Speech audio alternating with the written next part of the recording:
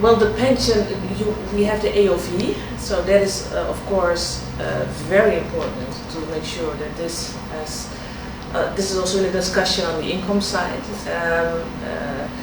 and the pension itself, where there is a separate pension for people.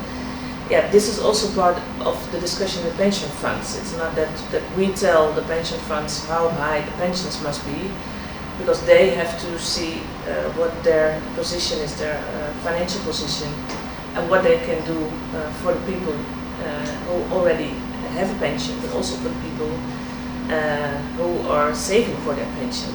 So this is something for the funds themselves also to discuss, and also with of course, the people have to be also committed to this discussion. They have to they need to have a chance also to bring their view into position into the funds. But for us, it's mainly the AOV, and we look at the AOV also at this moment.